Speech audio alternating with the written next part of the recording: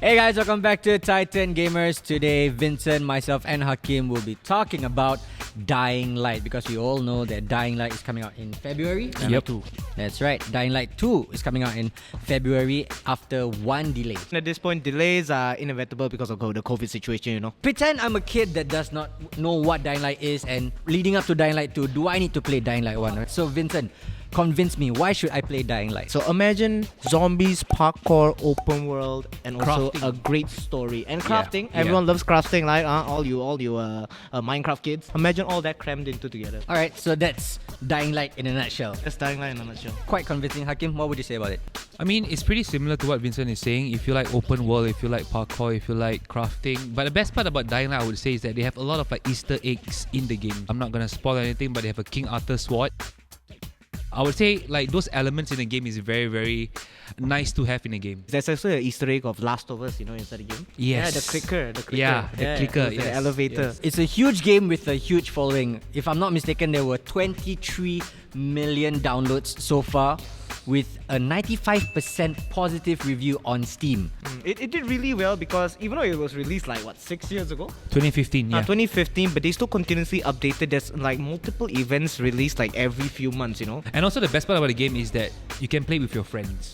For its 4-player co-op in the Yeah. game. And also there's also a 4-player co-op plus someone can be one of the volatile zombies. Yes. This leads me to my next question. Should I play Dying Light 1 before I get Dying Light 2? Hands down, I would say yes. What about you, Vince? I don't necessarily think you need to play Dying Light 1 to enjoy Dying Light 2, but if you want to look at it from a story aspect, yeah, you do need to play Dying Light 1. I believe you're not playing as Carl Crane, right? You're on not playing Dying as Light you're 2? playing as Aiden what? Aiden Caldwell. Aiden Caldwell, Dan knows more than us. I saw in this episode of Dying to Know. If you guys don't know, Dying to Know is this series on YouTube. You can watch it. It covers basically every aspect of the Dying Light universe.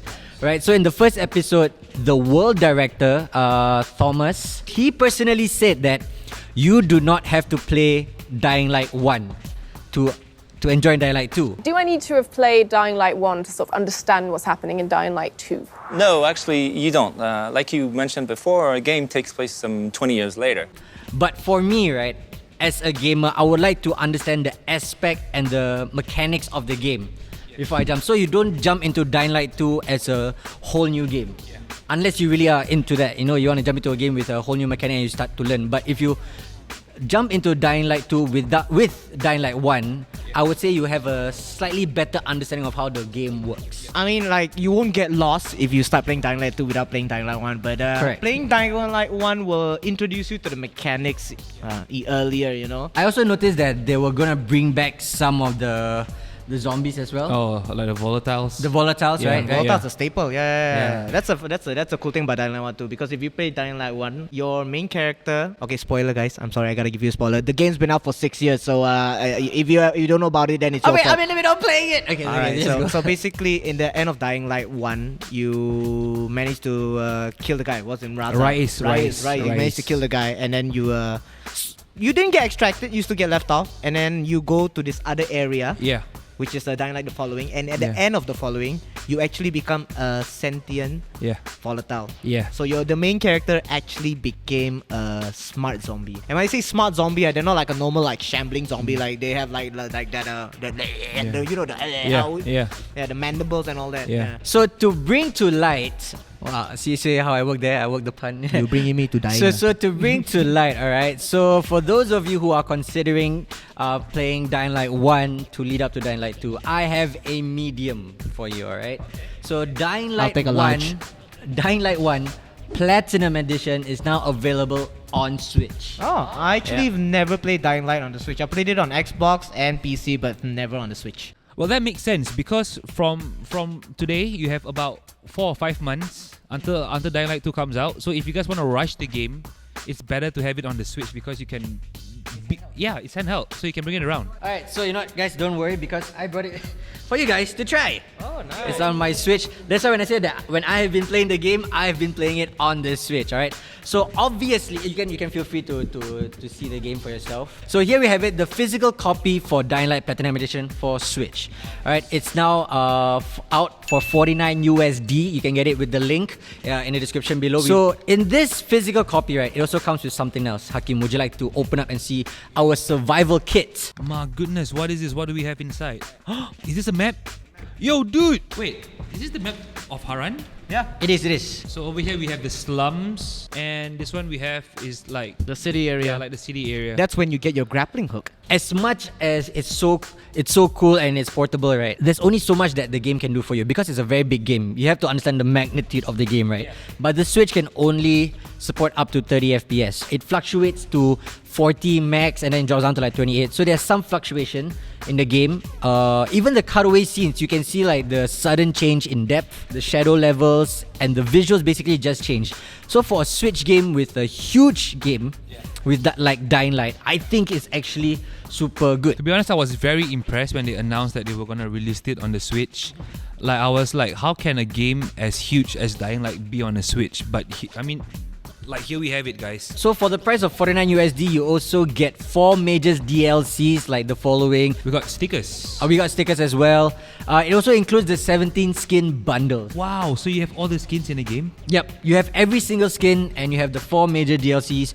You even have Brecken's journal. So these are all the things that you can find inside the Switch. I have never played Dying Light in such a small screen before, but yeah, I think it's a very good port. But you have to think, okay, the Steam Deck is coming out really soon. The Steam Deck is basically like a Switch, but it's for Steam games. Oh, Yes, oh I heard of it. right. So basically in the future you won't even need a Switch for Dying Light 2. All you need is just a Steam Deck and you can actually just port your game around. Yeah, that makes sense. That doesn't mean you shouldn't get a Switch. Zelda is still a good game.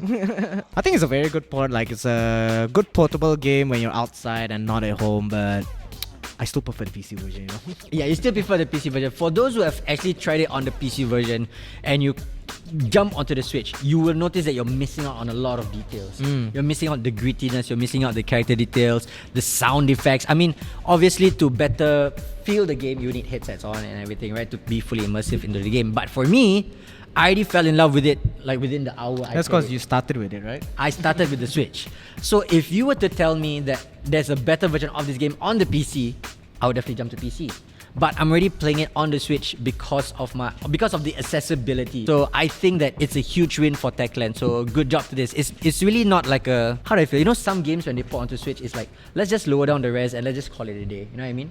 But I feel like they really did a good job with it. It's not just lowering of the res, it's really maintaining the aspect of the game, the essence of the game. What do you think of the Switch version so far? Well, if you ask me this question right now, I'm like pretty engrossed in the game because I don't really have a Switch.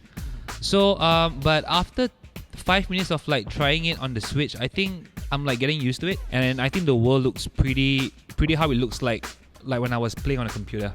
Right. So I would say it's good. It's good. Alright guys, so I guess that's the end of this segment. So to answer your question, is Dying Light a must-have game? Yes. Do you need to play Dying Light 1 before you get Dying Light 2? It's a 50-50. It's up to you. It's really, so we suggest a compromise. This is mostly like this is more for compromise. Like you want to play Dying Light 2 while playing Dying Light 1? You can try this out. You can try this out, and when you fall in love with it, get it for PC also. Exactly. Get all the versions, get the bundles, get the skins and everything. Honestly, my character is a ninja skin, but you can't see it. Only your friends can see it if you were to play multiplayer mode. I think that's another reason to play the game. You can play with your friends. And if you want to find out more about Dying Light, do remember to check out this segment called Dying to Know. Alright, I'll leave the link to the channel in the link below. You can watch it. It's a very good insight into the Dying Light universe. Honestly, I feel like I mean I cannot say much about it, but I feel like I've been caught up to speed, right? But these guys definitely have more to say about that. So let us know what you think in the comment section below. Remember to like this video, subscribe to the channel, and we'll see you guys soon. Bye bye. Peace out.